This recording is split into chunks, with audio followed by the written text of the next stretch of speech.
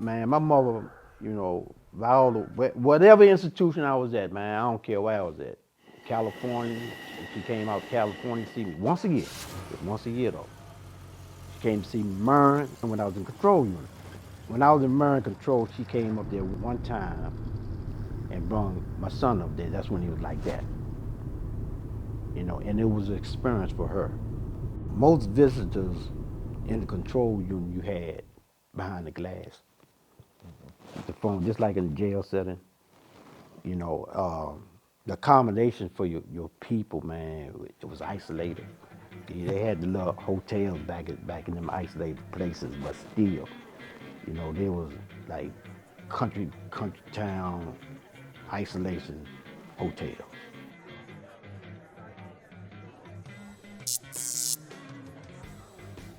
You know what I mean? It was a trying experience because it was all isolation back there. So that's the turnoff by itself. All visitations limited to 5 minutes.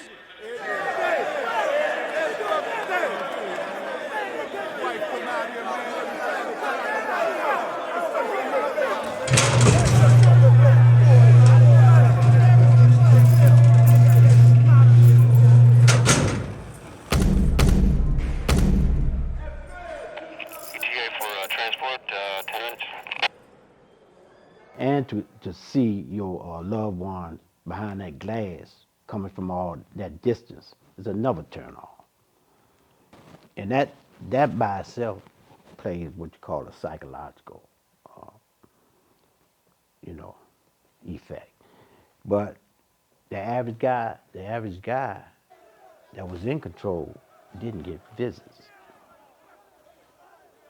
Wherever you had strong family ties, whatever, marriage, you know,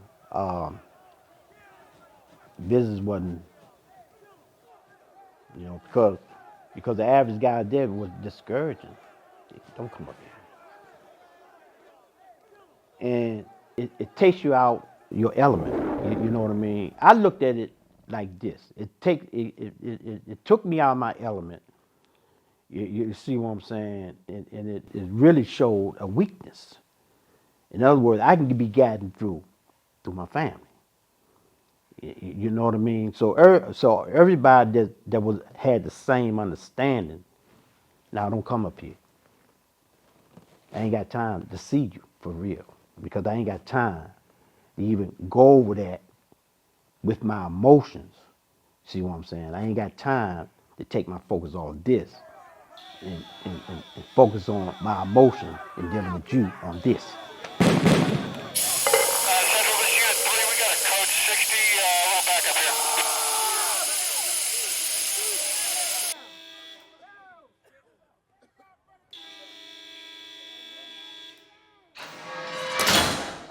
It was a sense of, in order to deal with my condition of being confined, I had to give family and friends up to a certain extent. I couldn't afford to, uh, you know, what you call think like a human being or feel like a human being or grieve like a human being. That part of me was cut off. In other words, I had to transition over to another environment where as though to be sad, to grieve, or to be happy, is normal, on this side. But it's not normal on the other side. In order for me to, deal with the other side, which is confinement, I had to control that and give it up to a certain extent. So when I had death in the family and I lost a lot of, family members while I was in college, I lost my mother and my father when I was in college, but I didn't grieve like I should have because I was already trained and indoctrinated. You take it on the chin and keep moving because you ain't got time to grieve. You don't have time to be sad because when I'm sad, I'm at my weakest point. And my enemies that I developed by my existence of who I am, where I'm from, Yeah, you got the sharks right there waiting on the weakness. So I didn't have time. I felt it, but it's controlled, and I didn't grieve like I should. So it's a bottle up. And in the end, it weighs on. It weighs on your mentality. It weighs on the way you're supposed to think like a human being, the way you're supposed to feel like a human being, and you get used to it. And when you get used to it, it's a wrap.